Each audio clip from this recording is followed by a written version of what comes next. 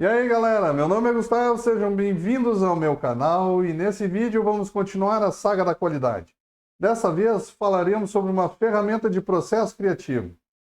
Espero que vocês aproveitem bastante o conteúdo desse vídeo, tem muita informação aqui. Esse é mais um vídeo do canal Projeto Análises Clínicas e peço a vocês, se inscrevam no canal, deem um like, ativem o sininho para mais notificações e façam seus comentários. Isso é fundamental para a melhoria e crescimento do conteúdo. Agora, sem mais enrolação, bora pro vídeo!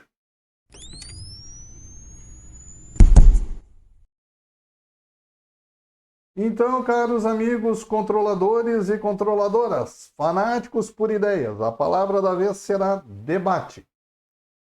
Técnicas criativas são formas indagativas de acelerar o nosso processo criativo. Como ainda não tem um modelo formal para obter criatividade, a gente pode utilizar diversas técnicas de livre associação e análise para geração de alternativas de projeto.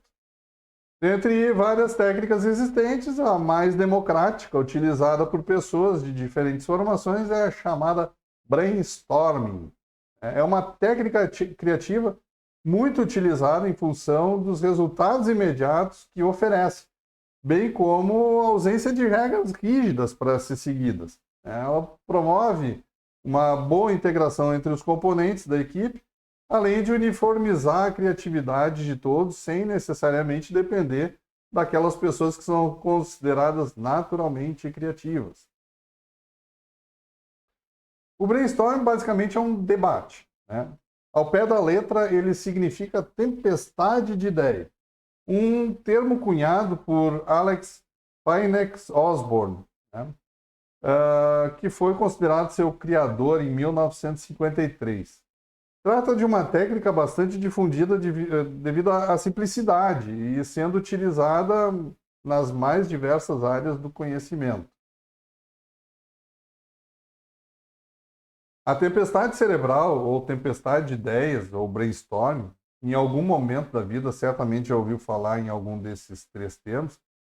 Caso não tenha ouvido falar, está ouvindo falar agora. No fundo, todos esses termos falam a mesma coisa. É pensar para obter soluções improváveis ou não para um problema do cotidiano. Mas não para por aí. Essa técnica, se bem usada, pode promover uma série de ideias malucas que, recombinadas, chegam a uma resposta viável e criativa para problemas dentro da organização. Mas também devemos pressupor que apenas essa ferramenta não vai resolver os problemas da empresa. O processo é bem mais amplo. Ela funciona com a seguinte analogia, né? O brainstorm está para a criatividade, assim como os alunos estão para uma universidade. A criatividade, de maneira mais simples, é a capacidade que o ser humano tem de criar, de imaginar, recombinar o presente e o construtivo de um futuro, sendo isso apenas na imaginação, né? Ou traduzido também em atividades palpáveis. Então, partindo do conceito de quanto mais se usa o músculo de uma maneira adequada, ele mais se fortalece, quanto mais se exercita alguma atividade criativa, mais ideias poderão ser geradas. Então, aliar experiências com ideação, ou seja, conceber ideias ou um conjunto de pensamentos em um determinado tempo, sejam elas experiências vividas por você ou repassadas por outras pessoas, ampliam a capacidade imaginativa dessas pessoas. Então, para realizar um brainstorm, é adequado que exista uma preparação individual, uma preparação coletiva e uma preparação gerencial. Na preparação individual, temos que levar em consideração algumas observações como: somos feitos de energia. Cada coisa que a gente realiza exige nosso tempo e uma quantidade de energia do nosso organismo. Então, para um bom brainstorm, devemos conseguir podar tudo o que nos prejudica e nos tira o foco na sessão. A gente precisa alimentar o cérebro. Um estômago muito cheio desvia o fluxo sanguíneo do cérebro. Então não quer dizer que um brainstorm a gente tenha que estar em jejum, né?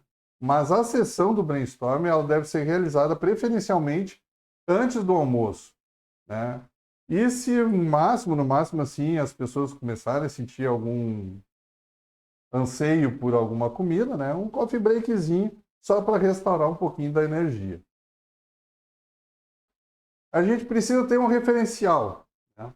Uma boa ideia não vai surgir do nada, mas ela vai nascer da capacidade do nosso cérebro em fazer conexões entre coisas que já existem, tá?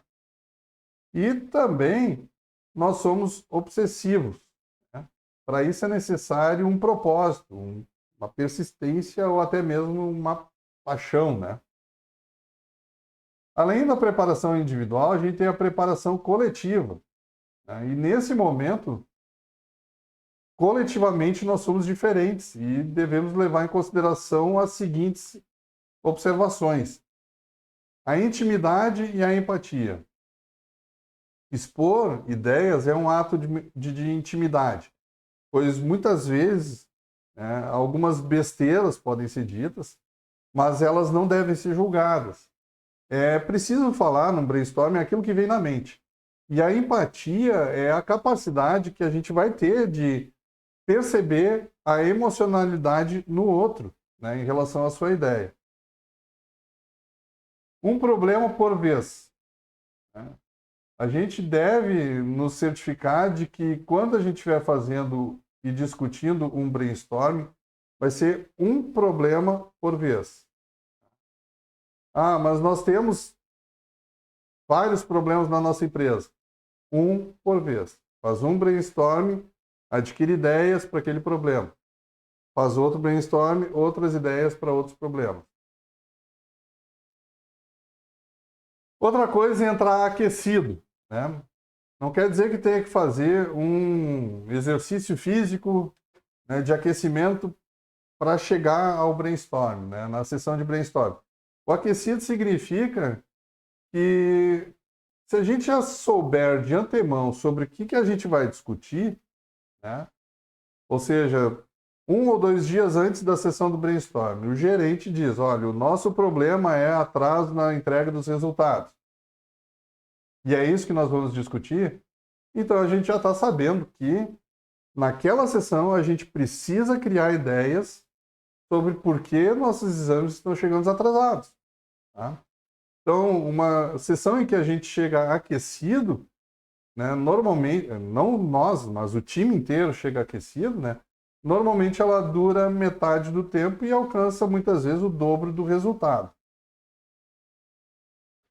E também, né, basicamente, por fim, na preparação coletiva, a gente pode dizer que é proibido proibir, né? Ou seja, criticar suga uma energia cerebral que podia ser gasta gerando outras ideias, né, ao invés de ficar censurando o time. Então, como observação, também fica a dica de que elogiar também não é recomendável. É simplesmente gerar ideias. E a gente vai ter a preparação gerencial, né? A coisa mais importante para um gestor que está exercendo a função de facilitador nesse momento é não competir com o time. Tá? O gestor ele não precisa gerar as ideias junto com o time.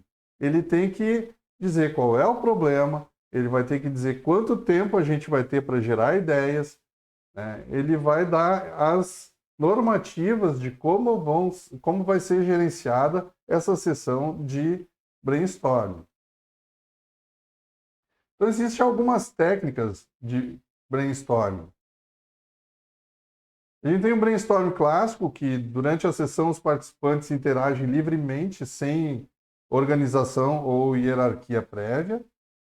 A gente tem o chamado Writing Storm, que também tem uma eficácia muito boa. Ele funciona da seguinte forma: depois de todo o problema explicado, né, todo o time munido de papel e caneta tem 20 minutos para escrever suas ideias.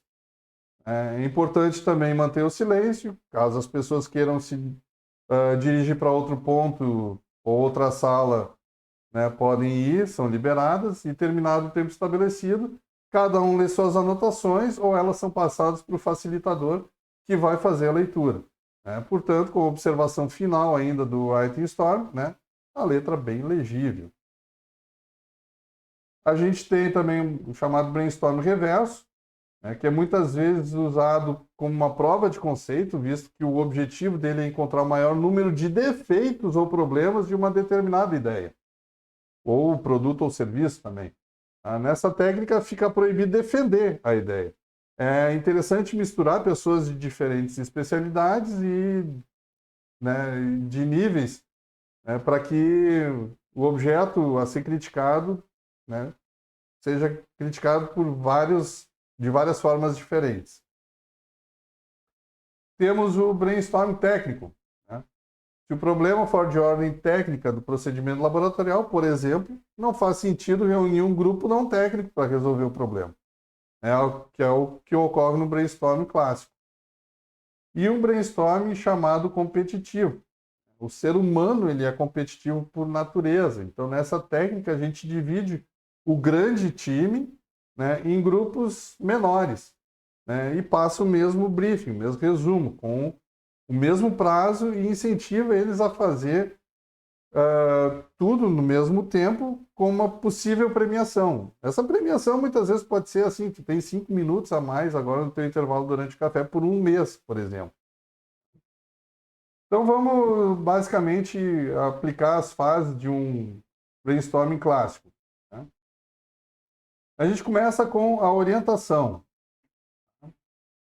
É a fase inicial do brainstorming, onde o coordenador está esclarecendo a equipe, mostrando o problema ou o briefing a ser trabalhado.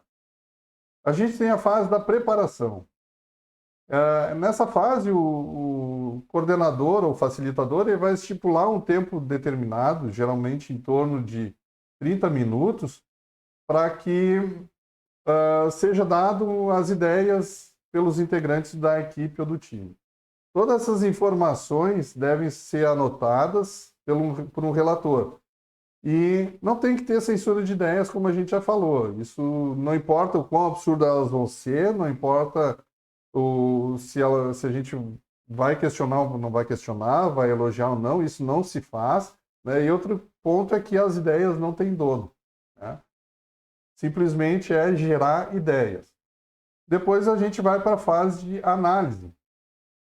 Ou seja, após um tempo inicial determinado pelo coordenador, se entra então numa segunda marcação de tempo, bem também flexível, né? Mas usualmente em 15 minutos, para agrupar ideias propostas, né, segundo foi definido pelo grupo. E a gente vai ter a fase da ideação, né?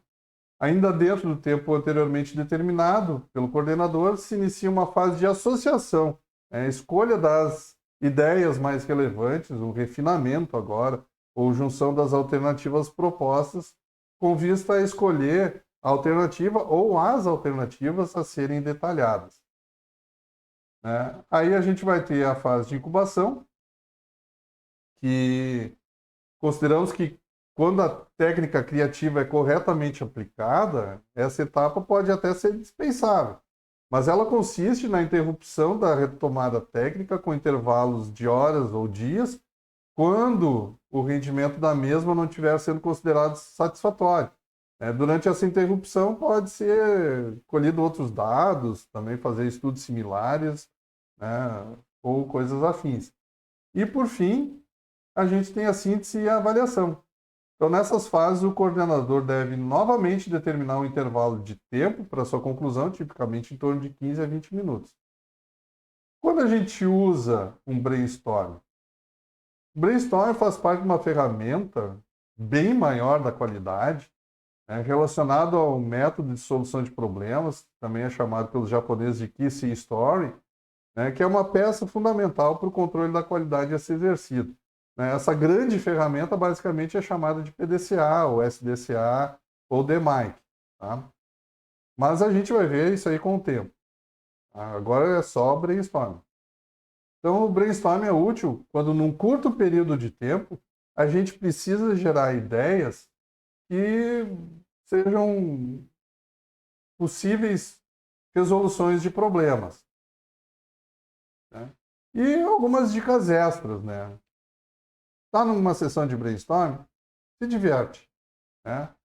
As melhores ideias vencem, ideia não tem dono, execute tudo que tu precisa na sessão do brainstorm ou esqueça, ou peça para não participar, mas isso fica feio. Então, finalizando, criatividade é mais que mera imaginação. É a imaginação inseparavelmente acoplada com a intenção e o esforço. É a frase do Osborne, o criador do brainstorm. Gente, eu vou ficando por aqui. Não se esqueçam de se inscrever no canal, deixa aquele like bacanérrimo para encher meu coração de alegria. Fiquem com Deus, permaneçam bem, permaneçam seguros e até o próximo vídeo.